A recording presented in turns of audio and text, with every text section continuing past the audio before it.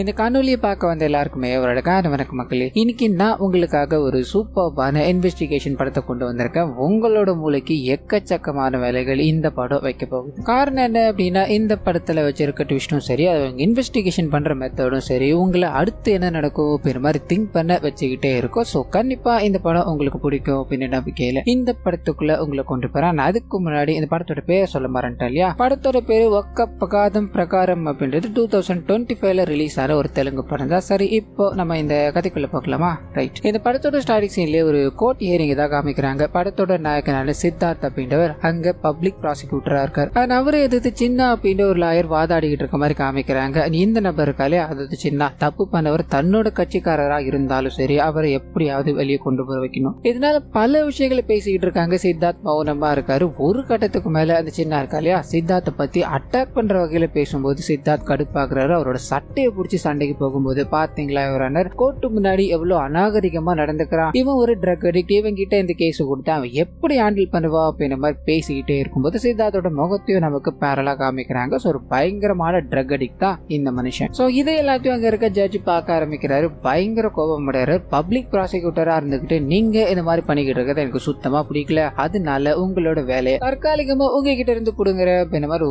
ஒரு மாசம் இவரை வேலையை விட்டு தூக்கிட்டாங்க அப்படின்ற மாதிரி சஸ்பென்ஷன் ஆர்டர்லாம் இவர் கைக்கு போகும்போது அதை பாக்குறாரு. சிகரெட் குடிச்சுக்கிட்டே கொளுத்தி போட்டாரு. இந்த ஊர்ல இருக்க எல்லாருக்குமே நான் இப்ப ரொம்ப கேட்டவ, அடிக்ட் ஆனவ, ராவணன் மாதிரி தெரியலாம், ஆனா முன்னாடி எல்லாம் நான் ஒரு ராமர் மாதிரி வாழ்ந்துகிட்டு இருந்தேன் அப்படின்ற மாதிரி ஃபீல் பண்ணி ஒரு பிளாஷ்பேக் உள்ள கொண்டு போக ஆரம்பிக்கிறார். ஒரு சில மாதங்களுக்கு முன்னாடி இவர் ஒரு பப்ளிக் ப்ராசிக்யூட்டர் தான் இல்லையா? யார் தப்பு பண்ணாலும் சரி இவர் பப்ளிக் சார்பா வாதாடி அவங்களுக்காக நீதி வாங்கி தருவார் அப்படின்ற மாதிரி இருக்கும். சோ ஆட்டோ சங்கர் அப்படின்ற ஒரு கேரக்டர் சின்ன பொண்ணை கற்பழிச்சிட்டார் அப்படின்ற மாதிரி போக்சோ வழக்குல அவரை கொண்டு வந்து நிறுத்தும் போது இப்ப காமிச்சாங்க இல்லையா சின்ன, அந்த மனுஷன் ஆட்டோ சங்கருக்காக நிறைய வாதங்களை முன் வச்சுக்கிட்டே இருக்கும்போது ஹீரோ உள்ள போறாரு. எவிடன்ஸ் எல்லாத்தையும் ப்ரொடியூஸ் பண்ணி இந்த மாதிரி ஒரு ஆள் ஜெயிலுக்குள்ளதான் இருக்கணும், வெளியே இருக்கக்கூடாது அப்படின்ற மாதிரி பல விஷயங்களை பேசினது மூலமா அவருக்கு தண்டனை கிடைக்க ஆரம்பிக்குது. ஆட்டோ சங்கர் உள்ள போறதுக்கு முன்னாடி என்ன நீ பிளான் பண்ணி உள்ள அனுப்பிட்டால, ஒரு நான் சும்மா விட மாட்டேன்டா அப்படின்ற மாதிரி மிரட்டி போய்கிட்டே இருக்கும்போது ஹீரோவான பப்ளிக் ப்ராசிக்யூட்டருக்கு மக்கள் மத்தியில நல்ல பேர் உண்டாகுது அப்படின்றத காமிச்சிட்டு அப்படியே கட் பண்ண ஒரு கேஸ் விஷயமா ஹோல்டேஜ் ஹோமுக்கு போக அங்கதான் முதல்ல ஹீரோயினை சந்திக்கிறார் அப்படின்ற மாதிரி இருக்கும். ஸோ அவங்களோட பேர் சீதா அப்படின்றது பார்த்த உடனே இவருக்கு பிடிச்சி போயிடுதான். அதுக்கப்புறமா அவங்க கிட்ட அப்படி இப்படின்னு பேச ஆரம்பிச்சு நாட்கள் போக போக ரெண்டு பேருக்கும் நடுவுல காதல் உண்டாயிடுச்சு.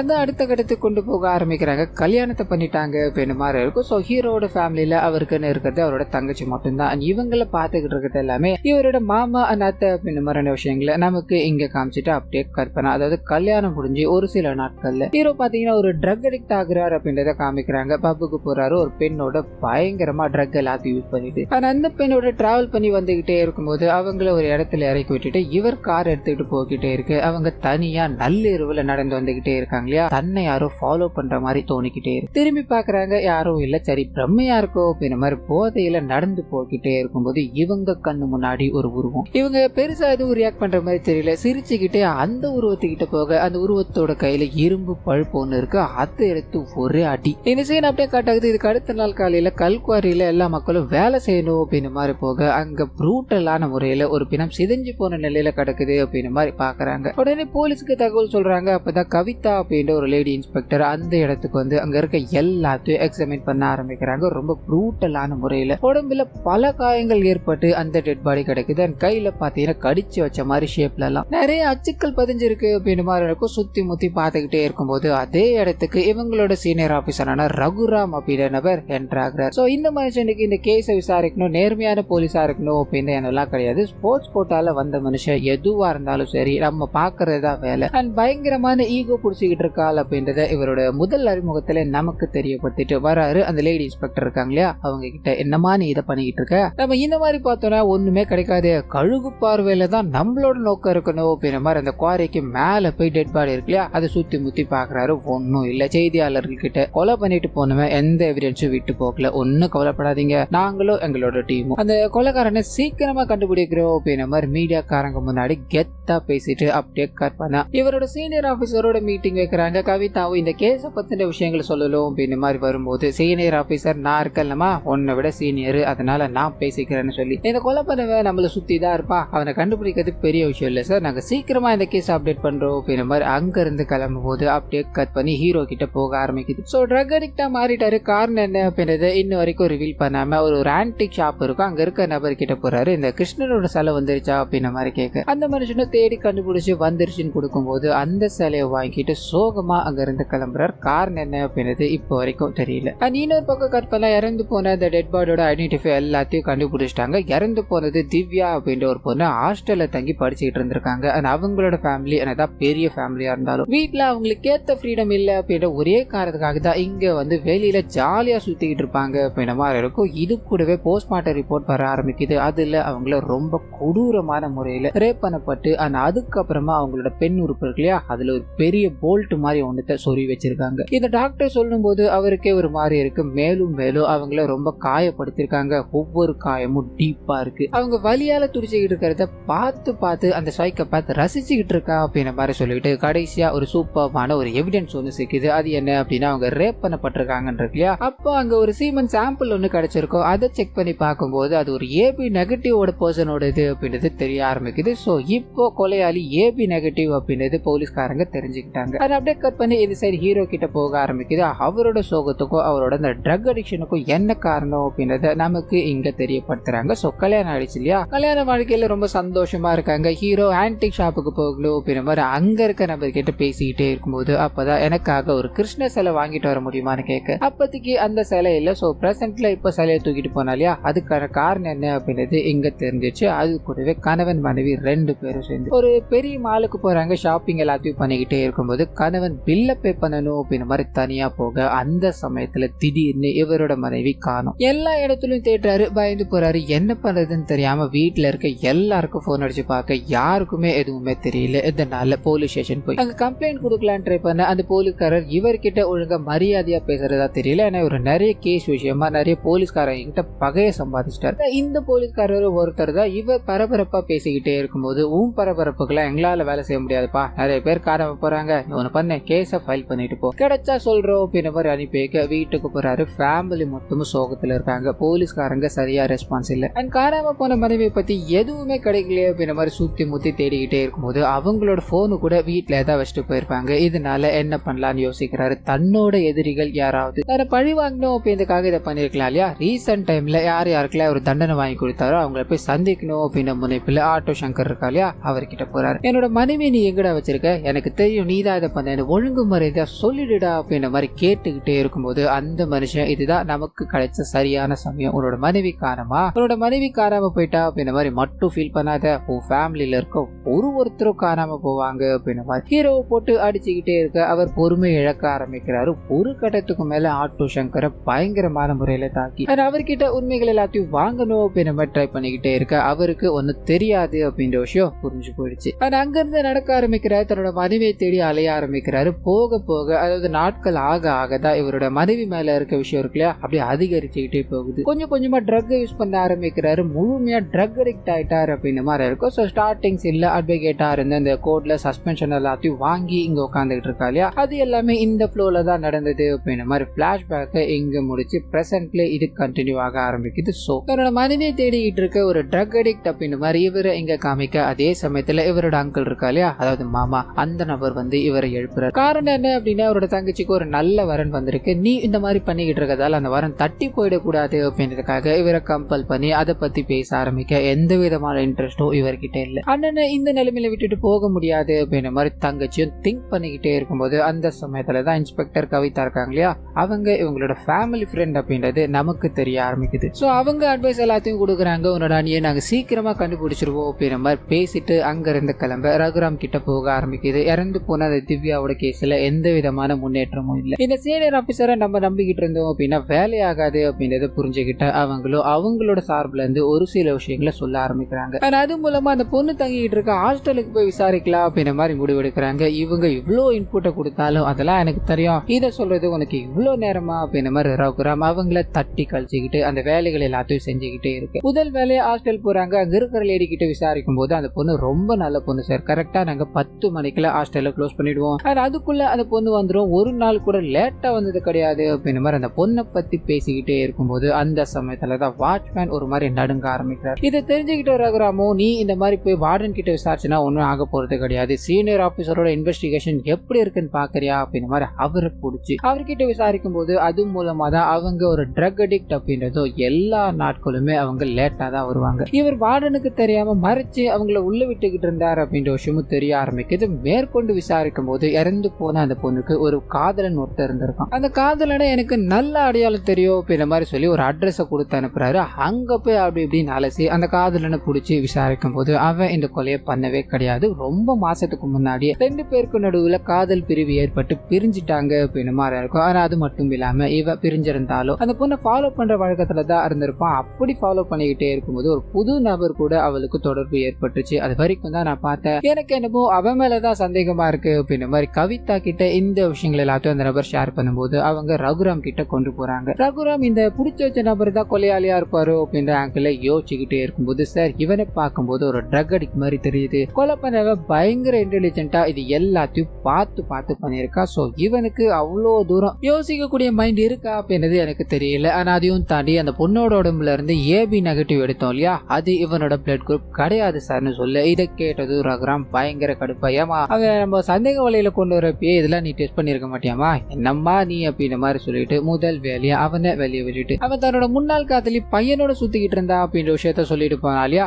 அதை பத்தி யோசிக்க ஆரம்பிக்கிறாங்க. அந்த பொண்ணோட கால் இஷ்யூ எல்லாத்தையும் எடுக்க ஆரம்பிக்கிறாங்க. இந்த வாட்டி நம்ம ஏனோ தானோ நரஸ்ட் பண்ணக்கூடாது, அந்த பொண்ணோட கால் இஷ்யூ எல்லாத்தையும் எடுங்க, ரீசெண்டா ஒருத்த பேசிட்டு இருந்தா அப்படின்ற மாதிரி சொன்னாலியா, அவனையும் புடிங்க, அவனோட பிளட் குரூப் மேட்ச் ஆனா மட்டும் நம்ம அவனை கொண்டு வந்து விசாரிக்கலாம் அப்படின்ற முடிவுல அந்த வேலைகள்ல ஈடுபட ஆரம்பிக்க. அதே சமயத்துல ஹீரோ கிட்ட போக ஆரம்பிக்கிறது தன்னோட தங்கச்சியை பொண்ணு பார்க்கணும் அப்படின்றதுக்காக மாப்பிள்ளை வீட்டுல இருந்து வந்திருப்பாங்க. அந்த வேலைகள்லாம் நடந்துகிட்டே இருக்கும்போது அங்க கவிதா இருக்காங்க இல்லையா, ஃபேமிலி ஃப்ரெண்டு தான். சோ இந்த நிகழ்ச்சியில அவங்க கலந்துகிட்டு இருக்காங்க. அப்பதான் சீனியர் ஆபீசர் கிட்ட இருந்து ஒரு போன் வருது. அதை கேட்டதும் பயங்கர ஷாக்கோட நிக்க அப்படியே கற்பனா சந்தேகத்தின் வகையில ஹீரோவை கைது பண்ணி கொண்டு போய் உட்கார வைக்கிறாங்க. ஹீரோக்கு ஒன்னும் புரியல, எதுக்காக நான் இங்க வந்திருக்கேன், நான் ஒரு பப்ளிக் ப்ராசிக்யூட்டரா இருக்கவன், என்ன நீங்க இப்படி ட்ரீட் பண்ணக்கூடாது அப்படின்ற மாதிரி பல விஷயங்களை பேசிக்கிட்டே இருக்கும்போது, தம்பி நிறுத்துங்க, ஆதாரத்தோட தான் நாங்க உங்களை கைது பண்ணிருக்கோம் அப்படின்ற மாதிரி இறந்து போனாங்க இல்லையா, அந்த பொண்ணோட போட்டோ காமிச்சு இந்த பொண்ணை தெரியுதான்னு கேட்க தெரியுதுன்றாரு. ஆனா பேர் பாத்தீங்கன்னா ஜுவாலா அப்படின்னு வேற ஒரு பேரை சொல்றாரு. சரி பேரை மாத்தி இவங்க கிட்ட சொல்லியிருக்காங்க அப்படின்ற மாதிரி வச்சுக்கலாம். அந்த பொண்ணு கூட அன்னைக்கு நீங்க தான் இருந்திருக்கீங்க, 11:30 மணி அளவுல நீங்க போன்லாம் பேசிட்டு அவங்களை இறக்கி விட்டு போயிருக்கீங்க, அன்னைக்கு நைட்டே தான் அவங்க இறந்து போயிருக்காங்க. உங்களோட பிளட் குரூப்போ அந்த பொண்ணோட பிளட் குரூப்போ பக்காவா மேட்ச் ஆகுது. அதை தாண்டி நீங்க இந்த விஷயத்துல என்ன சொல்ல போறீங்க, நீங்க தான் தம்பி அந்த கொலையை பண்ணதுன்னு கேட்கும்போது இவருக்கு சுத்தமா இது புரியவே இல்லை. சார் அவ என்னோட ரொம்ப ஒரு நெருங்கிய தோழி, அவளை எதுக்காக நான் கொலை பண்ணணும், இது எல்லாத்தையும் வச்சு நான் தான் கொலை பண்ணேன் அப்படின்ற மாதிரி நீங்க எப்படி சார் முடிவு பண்ணலான்னு பேசிக்கிட்டே இருக்கும்போது, அதுக்கெல்லாம் இங்க நேரம் கிடையாது, நீங்க சஸ்பெக்ட் நான் அரெஸ்ட் பண்ணி கோர்ட்ல ப்ரொடியூஸ் பண்ணணும், சோ எதுவா இருந்தாலும் கோர்ட்ல பேசிக்கோங்க அப்படின்ற மாதிரி அரெஸ்ட் பண்ணி கொண்டு போகும்போது மீடியாக்காரங்க சுத்தி வளைக்கிறாங்க. பப்ளிக் ப்ராசிக்யூட்டரான சித்தார்த் இந்த கொலையை பண்ணியிருக்காரா அப்படின்ற மாதிரி பரபரப்பா பேசிக்கிட்டே இருக்கும்போது கோர்ட்டு கூட ஆரம்பிக்குது. சின்ன இருக்கா இல்லையா, அவர் ஹீரோக்கு எதிராக வாதாட ஆரம்பிக்கிறாரு. ஹீரோவே தனக்கு தானே அங்க வக்கீல ஆஜராக ஆரம்பிக்கிறார். சோ அங்க இருக்கிற எல்லாத்தையும் வச்சு ஹீரோ தான் இந்த கொலையை பண்ணார் அப்படின்ற மாதிரி ஃப்ரேம் பண்ணிட்டாங்க இல்லையா. ஆதாரங்கள் எல்லாமே ஒன்னு அந்த சின்ன ப்ரொடியூஸ் பண்ண ஆரம்பிக்கிறார். முதல் ஆதாரம் என்ன அப்படின்னா அந்த பிளட் குரூப் மேட்ச் ஆகுது. ரெண்டாவது ஆதாரம் என்ன அப்படின்னா அந்த இறந்து போன பொண்ணோட உடம்புக்கு மேல இவரோட முடி இருந்தது. அண்ட் மூணாவது ஆதாரம் என்ன அப்படின்னா இறந்து போன பொண்ணோட போன் எக்ஸாமின் பண்ணிருப்பாங்க, அதுல இவர் கூட எடுத்த செல்ஃபி ஒன்னு இருக்கும், அன்னைக்கு நைட் எடுத்த செல்ஃபி இருக்கும். சோ இது எல்லாத்தையும் வச்சு இவர் தான் பண்ணாரு அப்படின்ற மாதிரி ஃப்ரேம் பண்ணிக்கிட்டே இருக்கும்போது ஹீரோ தனக்கு தரை வாதாட ஆரம்பிக்கிறாரு. அது மூலமா இந்த 3 விஷயத்தையுமே உடைக்க ஆரம்பிக்கிறாரு. முதல் விஷயம் ஏபி நெகட்டிவ் பிளட் குரூப் இருக்கு இல்லையா, இங்க நிறைய பேருக்கு ஏபி நெகட்டிவ் இருக்கீங்க, இந்த கேஸ வாதாடிட்டு இருக்கா இல்லையா சின்ன, அவருக்கு கூட இதே பிளட் குரூப் தான் இருக்கு, பிளட் குரூப் வச்சு இதை நான் தான் பண்ணேன் அப்படின்ற மாதிரி எப்படி கன்ஃபார்ம் பண்ண முடியும், வேற ஏதாவது டிஎன்ஏ சாம்பிள் இருக்கா அப்படின்ற மாதிரி கேட்க அங்க இருக்க எல்லாருமே முழிக்கிறாங்க. ரெண்டாவது மேட்டர் அந்த முடி இருக்கு இல்லையா, அதை பத்தி பேச ஆரம்பிக்கிறாரு. அந்த செல்ஃபில இதுக்கான ஆன்சர் இருக்கு, அன்னைக்கு நைட்டு நான் செல்ஃபி எடுக்கும்போது அவங்களோட கொஞ்சம் க்ளோஸா நின்று எடுத்திருக்க ஃப்ரெண்ட்ஷிப் அப்படின்றதால இது சகஜம் தான். அப்ப போட்டோ எடுக்கும் போது என்னோட முடி அவங்க மேல பட்டிருக்கலாம் இல்லையா, இது எப்படியே நீங்க பிரைம் எவிடன்ஸா ப்ரொடியூஸ் பண்ண முடியும் அப்படின்ற மாதிரி சொல்லிட்டு மூணாவது அந்த 2 பேரும் ஒன்னா இருந்தாங்க அப்படின்ற மாதிரி மேட்டர் இருக்கு. அந்த விஷயத்தை அந்த இறந்து போன திவ்யாவோட முன்னாள் காதலன் தான் போலீஸ்க்கு துப்பு கொடுத்திருப்பான். அவங்கிட்ட விசாரிக்கும் போது அவன் பர்டிகுலரா அன்னைக்கு நைட்டு அந்த பொண்ணை இறக்கி விட்டுட்டு, அதாவது ஹீரோ இறக்கி விட்டு போனார் அப்படின்றதான் பார்த்திருப்பான். அதுக்கப்புறம் என்ன நடந்தது அப்படின்றதெல்லாம் தெரியாது. சோ ஹீரோ இறக்கி விட்டுட்டு போயிட்டாரு, அவ்வளவுதான். இதை வச்சு மட்டுமே இவர் தான் இதை கொலை பண்ணாரு அப்படின்ற மாதிரி வாதங்களை எப்படி முன்வைக்க முடியும்னு பேசிக்கிட்டே இருக்கும்போது அங்க இருக்க ஜட்ஜுக்கும் இது வேலிடா பட ஆரம்பிக்குது. வேற ஏதாவது எவிடன்ஸ் ப்ரொடியூஸ் பண்ணுமா, இல்ல இந்த கேஸ்ல இன்னும் இன்வெஸ்டிகேஷன் பண்ண வேண்டி இருக்கா அப்படின்ற மாதிரி ஹீரோவை இதுல இருந்து ரிலீஸ் பண்றாங்க. உண்மையான கொலைகாரனை பிடிச்சாகணும் அப்படின்ற மாதிரி போலீஸ்காரங்களுக்கு பிரஷர் போடுறாங்க. இந்த பிரஷரோட எதிரொலியா இவரோட சீனியர் ஆபீசர் இருக்கா இல்லையா, அந்த மனுஷன் கூப்பிட்டு உனக்கு இந்த கேஸ் எப்படி ஹேண்டில் பண்ணணும் அப்படின்றது தெரியல, ஒரு பண்ண இந்த கேஸ்ல இருந்து நீ விலகிக்கோ. கவிதா இருக்காங்க இல்லையா, அவங்க இந்த கேஸை ஃபாலோ பண்ணிக்கிட்டோன்னு சொல்ல இந்த விஷயம் அவருக்கு பயங்கரமா ஹர்ட் ஆயிடுது. உடனே சின்னாவை கூப்பிட்டு மீட்டிங்க போட்டாரு. ஸோ 2 பேரும் கூட்டாளிகள் தான் போல. அப்படி பேசிக்கிட்டே இருக்கும்போது ஹீரோவை ஏதாவது ஒரு வகையில பழி வாங்கணும் அப்படின்ற மாதிரி நம்ம யோசிச்சுக்கிட்டே இருந்தோம். ஆனா அது நடக்கவே இல்லையாடா. இப்ப என்னதான் பண்றது, ஒரு வழி கிடைக்கும்டா அப்படின்ற மாதிரி பழி வாங்குறதுக்காக காத்துக்கிட்டே இருக்கு. அதே சமயத்துல ஹீரோ இந்த கேஸ்ல விட்டு வெளியே வந்தா இல்லையா, முதல் வேலையா அந்த சின்னாவை தான் போய் மிரட்டி இருப்பாரு. அதுவும் எதுக்காக அப்படின்னா, அவரோட மனைவியை நீ தாண்டா இன்சூரன்ஸ்க்காக கொலை பண்ணிட்டு காணாம போயிட்டாங்க அப்படின்ற மாதிரி தேடிக்கிட்டு இருக்க, அதை நான் கண்டுபிடிப்பேன்டா, அதை நான் கண்டுபிடிச்சு ரிவீல் பண்ணுவேன்டா அப்படின்ற மாதிரி திட்டிக்கிட்டே இருந்திருப்பாரு. அதனால ஹீரோ பயங்கரமா திட்டிட்டு, என்னோட மனைவிக்கு ஏதாவது இருந்தது, அதுக்கு நீ காரணமா இருந்த அப்படின்றது எனக்கு தெரிஞ்சதுன்னா உன்னோட ஃபேமிலி மொத்தத்தையும் நான் அழிச்சிருவேன்டா அப்படின்ற மாதிரி மிரட்டிட்டு போக, அன்னைக்கு நைட்டே சின்னாவோட வீட்டுல அவங்களோட மனைவி மட்டும் தனியா இருக்காங்க. முகம் தெரியாத ஒரு நபர் உள்ள என்ட்ராங்க. அவரோட காலச்சி தடம் கூட பதியக்கூடாது அப்படின்றதுக்காக செருப்புல ஃபுல்லா கவர் பண்ணிட்டு பொறுமையா நடந்து போய்கிட்டே இருக்க கதவை தட்டார். சின்னாவோட மனைவி கதவை திறக்கிறாங்க. யாரோ தெரிஞ்சவர் போல அப்படின்ற மாதிரி சிரிச்சுக்கிட்டே கிட்ட போக பட்டார்னு ஒரு அடி, ரத்தம் செதறி போய். இதுக்கு அடுத்த நாள் காலையில டிராக்டர்ல காமிக்கிறாங்க, வைக்கோல்ல இறந்து போன நிலையில ஒரு சடலம் கிடைக்குது அப்படின்ற மாதிரி பொதுமக்கள் பார்த்துட்டு போலீஸ்காரங்க கிட்ட சொல்லும் போது அந்த இடத்துக்கு கவிதா போறாங்க. ஃபுல்லா செக் பண்ணி பார்க்கும்போது முதல் கொலை நடந்தது இல்லையா, அதுல இறந்து போனவங்களோட பெண் உறுப்புல பெரிய போல்ட் மாதிரி ஒன்று சொல்லி வைப்பாங்க. அவங்களோட வாயில கல்ல வச்சிருப்பாங்க அப்படின்ற மாதிரி இருக்கும். இங்கேயும் சிமிலர் கேஸ் தான். இவங்கள ப்ரூட்டலான முறையில கொலை பண்ணிருக்காங்க. அவங்களோட வயிறு எல்லாமே கிழிக்கப்பட்டிருக்கு. உடம்புல ஏதோ ஒரு கெமிக்கல் கலந்த மாதிரி இருக்கு. மூணாவதான விஷயம், வித்தியாசமான ஒரு பெரிய வண்டு இருக்கிறத பாக்குறாங்க. பார்த்ததோ குழம்பி போறாங்க. மேற்கொண்டு விவரங்களை பார்த்துக்கிட்டே இருக்கும்போது அந்த சமயத்துல தான் இவங்களுக்கு ஏதோ ஒண்ணு கிடைக்குது. அது என்ன ஏது அப்படின்றத நமக்கு காமிக்காம வேகமா ஹீரோ பார்க்கணும் அப்படின்ற மாதிரி போறாங்க. தூங்கிக்கிட்டே இருக்காரு. அவரை எழுப்பி, நாங்க டொனேஷனுக்காக வந்திருக்கோம், நீ ஏதாவது டொனேட் பண்ணி உதவ முடியுமான்னு கேட்க, மேலையும் கீழையும் பாக்குறாரு. சரின்னு தலையாடிட்டு பாக்கெட் குள்ள கைவிடும் போது போச காணும். தேடி அலைய ஆரம்பிக்கிறாரு. அந்த சமயத்துலதான் அவரோட போஸ் இங்க இல்லையா, எப்படி இருக்கும், அதுதான் கொலை நடந்த இடத்துல இருக்கு அப்படின்ற மாதிரி போச காமிக்கும் போது, இந்த கொலைக்கு பின்னாடி நீ தான் இருக்கு அப்படின்ற மாதிரி எனக்கு தெரிஞ்சிச்சு. நீ உன்னோட வாய்ஜாலங்களால ரகுராமையும் கோட்டை ஏமாத்தலாம், ஆனா என்ன ஏமாத்த முடியாது, கரெக்டான எவிடன்ஸ் கிடைக்கட்டும், உன கையோட பிடிக்கிற அப்படின்ற மாதிரி அங்கிருந்து போக ஆரம்பிக்க இவருக்கு ஒண்ணுமே புரியல. ஷாக்கா நின்னுகிட்டே இருக்காரு. இப்ப அப்படியே கற்பனா சின்ன கிட்ட போக ஆரம்பிக்குது. அவருக்கு நிறைய பெண்களோட தொடர்பு இருந்திருக்கும். அதனால தன்னோட மனைவி இறந்து போனது இவருக்கு பெருசா எதுவும் அஃபெக்ட் ஆகுற மாதிரி தெரியல. இருந்தாலும் கவிதா நிறைய கேள்விகளை கேட்டு போய்கிட்டே இருக்கு. இந்த மனுஷனுக்கு பயங்கர கடுப்பா இருக்கு. என்னையா அவ உயிரோட இருக்கும் போது தான் பிரச்சனையை கொடுத்தா, இறந்து போய் டார்ச்சர் கொடுத்துக்கிட்டு இருக்காளையா அப்படின்ற மாதிரி ரகுராம் கிட்ட புலம்பி தள்ளிக்கிட்டே இருக்க, அப்படியே கற்பனை ஹீரோ கிட்ட போக ஆரம்பிக்குது. சோ தன்னை யாரும் டார்கெட் பண்ணி இது எல்லாத்தையும் பண்ணிக்கிட்டு இருக்காங்க அப்படின்றத ஹீரோ இங்க புரிஞ்சுட்டாரு. அவரோட மாமா இருக்கா இல்லையா, அவர் இந்த ஃபாரன்சிக் டீம்ல எல்லாம் கவர்மெண்ட்காக வேலை செய்யறாரு அப்படின்ற மாதிரி இருக்கும். அந்த இடத்துக்கு போறாரு. நடந்த விஷயங்கள் எல்லாத்தையும் சொல்லிட்டு இதுக்கு பின்னாடி இருக்கவனை கண்டுபிடிக்கணும் அப்படின்ற மாதிரி முடிவு எடுக்கிறாரு. காரணம் என்ன அப்படின்னா, இவர் டார்கெட் பண்ணப்பட்டுக்கிட்டே இருக்காரு. அது யாருன்னு கண்டுபிடிக்கல அப்படின்னா இவர் தான் கொலையாளி அப்படின்ற மாதிரி எல்லாரும் பிக்ஸ் பண்ணி ஜெயில போட்டுருவாங்க. இதை நம்ம தடுத்தாக்கணும் அப்படின்ற மாதிரி அவரோட மாமாவோட உதவியோட நிறைய எவிடன்ஸ் எல்லாமே இவரோட கைகளுக்கு வர ஆரம்பிக்குது. அது மூலமா 2 கொலைகள் நடந்திருக்கு இல்லையா, அந்த 2 கொலைகளையும் போய் எல்லாத்தையும் செக் பண்ணி பார்க்க ஆரம்பிக்கிறாரு. ஒவ்வொரு இடங்களுக்கா போய் ஒவ்வொரு விஷயத்தையும் பார்த்துக்கிட்டே இருக்க, அதே சமயத்துல ஹீரோயினும் அதாவது கவிதாவும் அவங்களோட பங்குக்கு அவங்களோட இன்வெஸ்டிகேஷனை தொடங்கிட்டு இருக்காங்க. அந்த சமயத்துல தான் ஹீரோக்கு முதல் கொலை நடந்தப்ப அங்க ஒரு சீமன் கிடைச்சிருக்கு இல்லையா, அதுல ஏபி நெகட்டிவ் அப்படின்ற மாதிரி கண்டுபிடிச்சு ஹீரோவை டார்கெட் பண்ணிருப்பாங்க இல்லையா, அந்த விஷயம் இப்போ லைட்டா கிராக் ஆக ஆரம்பிக்குது. அந்த டெட் பாடியை ஃபுல்லா எக்ஸாமின் பண்ணிருக்கும் போது ஒரு 3 சாம்பிள் அதாவது பிளட் சாம்பிள் கிடைச்சிருக்கும். முதல் சாம்பிள் இறந்து போன திவ்யாவோடது, 2வது சாம்பிள் ஏபி நெகட்டிவ் அப்படின்ற மாதிரி இருக்கும். 3வது ஒரு சாம்பிள் கிடைச்சிருக்கு. அது வேற ஒன்னும் கிடையாது, ஏபி பாசிட்டிவ் அப்படின்ற ஒரு சாம்பிள். அந்த இடத்துல அந்த சாம்பிள் போயிருக்கு அப்படின்னா அது யாருடையதா இருக்கும் அப்படின்ற கோணத்துல ஹீரோ விசாரிச்சுக்கிட்டே இருக்கும்போது அப்பதான் மெடிக்கல் டேர்ம்ஸ்ல இவருக்கு ஒரு எக்ஸ்பிளனேஷன் கிடைக்க ஆரம்பிக்குது. ஆர்எஸ் ஃபேக்டர் அப்படின்ற ஒன்னு இருக்கு, அதாவது பிளட்டுக்கு கொடுக்குற புரோட்டீன் மாதிரியான ஒன்னு இருக்கு. அது நம்மளோட உடம்புல கரெக்டான அளவுல பிரசன்டா இருந்தது அப்படின்னா நம்மளோட பிளட் குரூப் பாசிட்டிவா இருக்கும், இல்லைன்னா அது நெகட்டிவா போயிடும் அப்படின்ற மாதிரி இருக்கும். அப்படி ஏதாவது நடந்திருக்கலாம் இல்லையா அப்படின்ற மாதிரி இது தெரிஞ்சவங்க கிட்ட விசாரிக்க ஆரம்பிக்கிறாரு. அது மூலமா கொலை பண்ணவ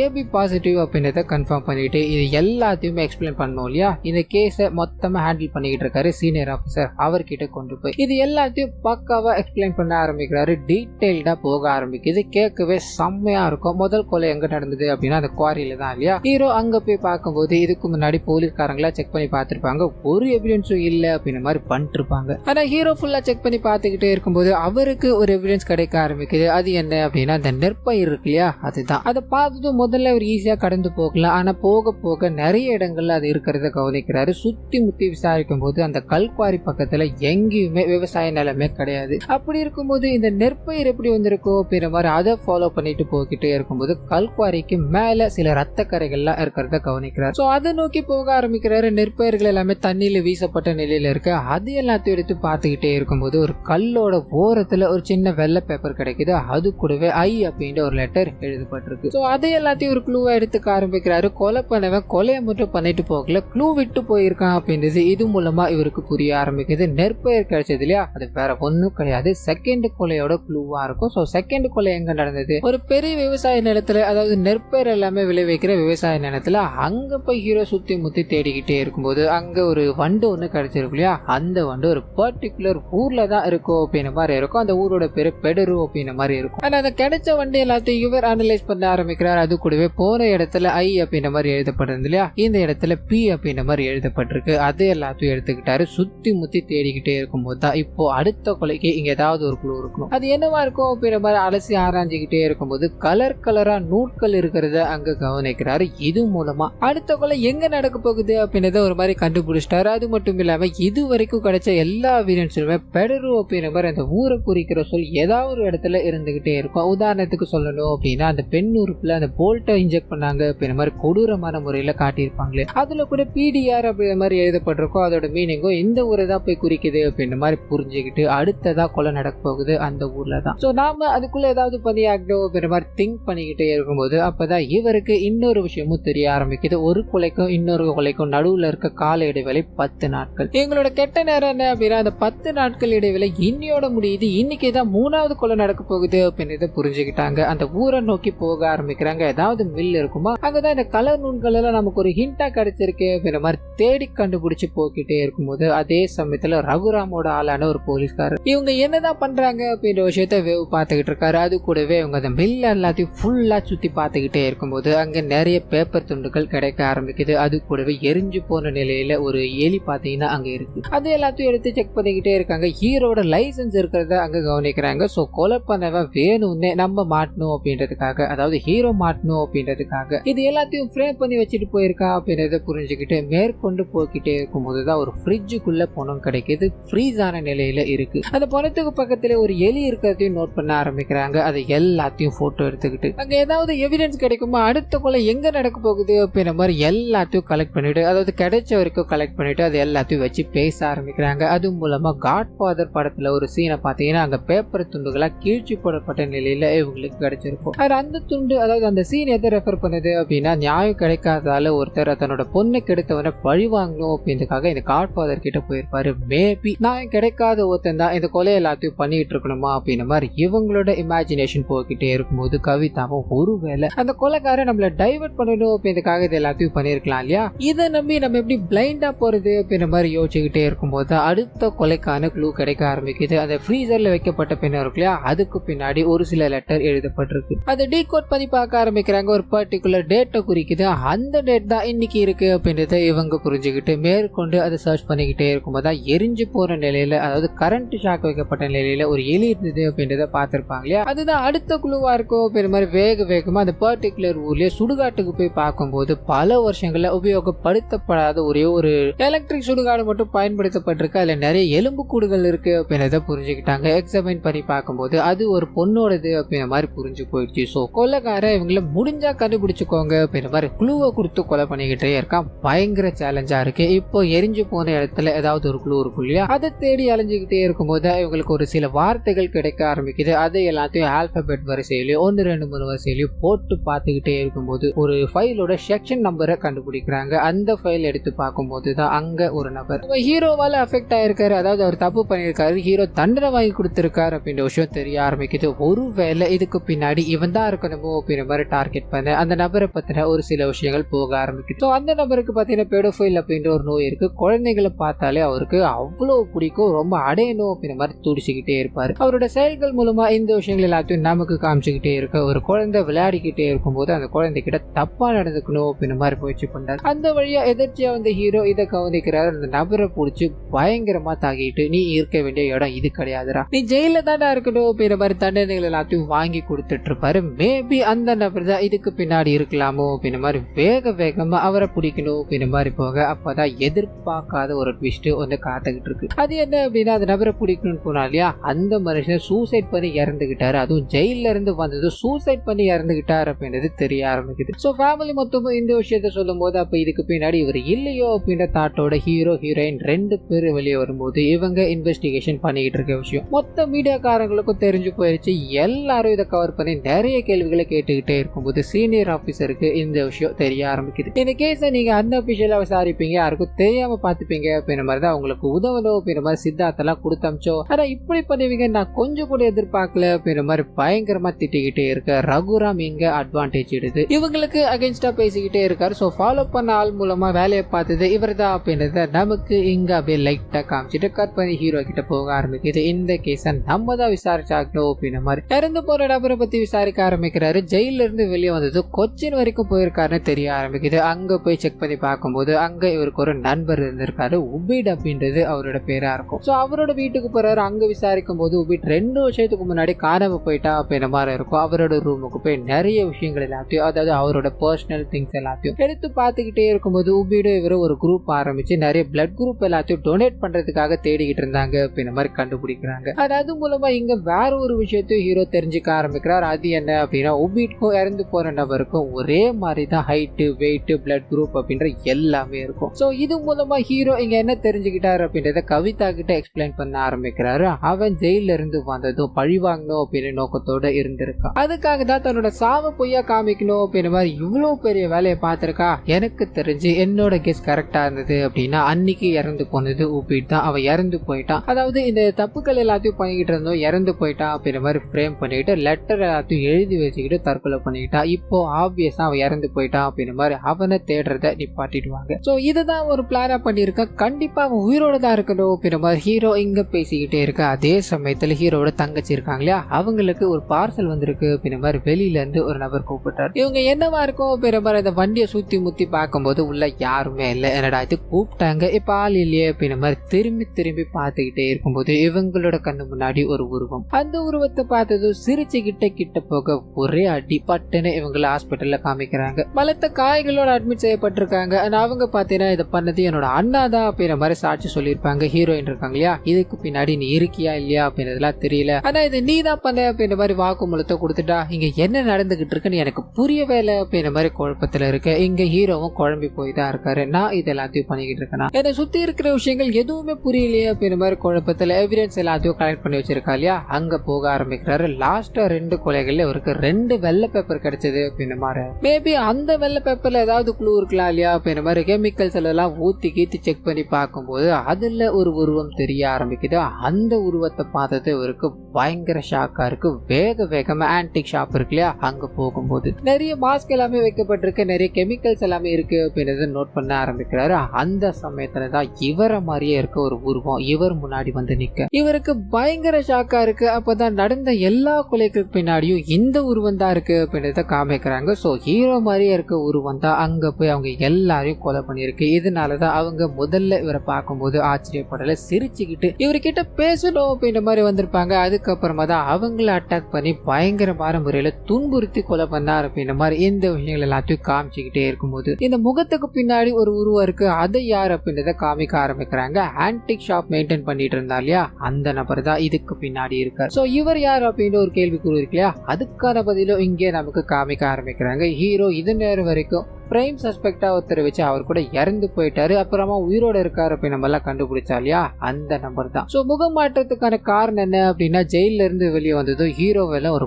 பயங்கரமான கோபம். ஹீரோவை பழி வாங்கணும் அப்படின்றதுக்காக அவரோட உருவத்தை ஆபரேஷன் மூலமா மாத்திக்க ஆரம்பிக்கிறாரு ஒரு புது அடையாளத்துக்குள்ள போய். அது மூலமா இவரோட பழி வாங்குற படலத்தை ஆரம்பிச்சுட்டாரு அப்படின்ற மாதிரி இருக்கும். எங்க நீங்க ஒரு கேள்வி கேட்கலாம், முகத்தை மாத்தி ஹீரோ மாதிரி மாஸ்க் செஞ்சு போட்டதுக்கு நம்ம ஹீரோ மாதிரியே ஒரு முகத்தை மாத்தி இருக்கலாமே அப்படின்றது அது எனக்கும் தோணிக்கிட்டே தான் இருந்தது. ஆனாலும் என்ன பண்றது, டைரக்டர் இப்படி திங்க் பண்ணியிருக்காரு போல. சரி இப்போ இங்க வந்தோம் அப்படின்னா இதுக்கு பின்னாடி இருக்க விஷயங்கள் யார் பண்ணிக்கிட்டு இருக்கா அப்படின்றது இப்ப ரிவீல் ஆயிடுச்சு. ஹீரோ அவர்கிட்ட சண்டை போட்டுக்கிட்டே இருக்கும்போது அந்த சமயத்துலதான் காணாம போன இவரோட மனைவி இன்னும் உயிரோட தான் இருக்காங்க, இவர் தான் கடத்தி வச்சிருக்காரு அப்படின்றது தெரிய ஆரம்பிச்சு. ஸோ தன்னோட ஒய்ஃபை காப்பாற்றணும் அப்படின்றதுக்காக சண்டை போட ஆரம்பிக்கிறாரு. ஒரு பயங்கரமான சண்டையோட முடிவுல அந்த நபருக்கு தண்டனை கொடுக்கணும், இவரை கைது பண்ணி கொண்டு போனாலும் வேலைக்காகாது அப்படின்ற மாதிரி இத்தனை கொலைகள் பண்ணியிருக்கா இல்லையா, ஒவ்வொன்றும் ஒரு டைப்ல பண்ணியிருப்பாரு, அணுவா ரசிச்சு பண்ணியிருப்பாரு. அது எல்லாத்தையும் ஹீரோ திருப்பி கொடுக்க ஆரம்பிக்கிறாரு. அந்த ஒரு மாதிரி வண்டு ஒன்று பிடிச்சாரு இல்லையா, அந்த வண்டை எடுத்துட்டு போய் இதுதான் உன்னோட முடிவு அப்படின்ற மாதிரி அவரோட வாய்க்குள்ள வச்சு போட்டும் போது அந்த வண்டு அப்படி இவரோட உடம்புக்குள்ள டிராவல் பண்ண ஆரம்பிக்குது. வயிற்ற கீழ்ச்சிக்கிட்டு வெளியே வர ஆரம்பிக்க அந்த இடத்துல இந்த மனுஷன், அதாவது சைக்கோபாத், இறந்து போக தன்னோட மனைவியை கூப்பிட்டு ஹீரோ அங்க இருந்து பொறுமையா நடக்க ஆரம்பிக்க அப்படியே காட்பனா அந்த சின்ன ரகுராம் இருக்காங்க இல்லையா, அவங்க ரெண்டு பேரும் நிறைய மணி லாண்டரிங்ல ஈடுபட்டுக்கிட்டு இருக்காங்க அப்படின்ற மாதிரி ஹீரோ கேஸ போட்டு வாதாடி அவங்களுக்கு தண்டனை வாங்கி கொடுக்குறாரு. சோ வழக்கமான அவரோட பப்ளிக் ப்ராசிக்யூட்டர் வேலையை கண்டினியூ பண்ண ஆரம்பிச்சிட்டாரு அப்படின்றத இந்த சீன் மூலமா நமக்கு காமிச்சிட்டு இந்த படத்தை இதோட முடிக்கிறாங்க. சோ கண்டிப்பா இந்த படமும் இந்த படத்துல வந்து எக்கச்சக்கமான ட்விஸ்ட் அண்ட் டர்ன்ஸும் உங்களுக்கு பிடிச்சிருக்கோ அப்படின்ற மாதிரி நம்புறேன். இந்த வீடியோல ஏதாவது நிறைய குறைகள் இருந்தது அப்படின்னா அதை மறந்துடாம கமெண்ட்ஸ்ல பதிவிட்டுருங்க.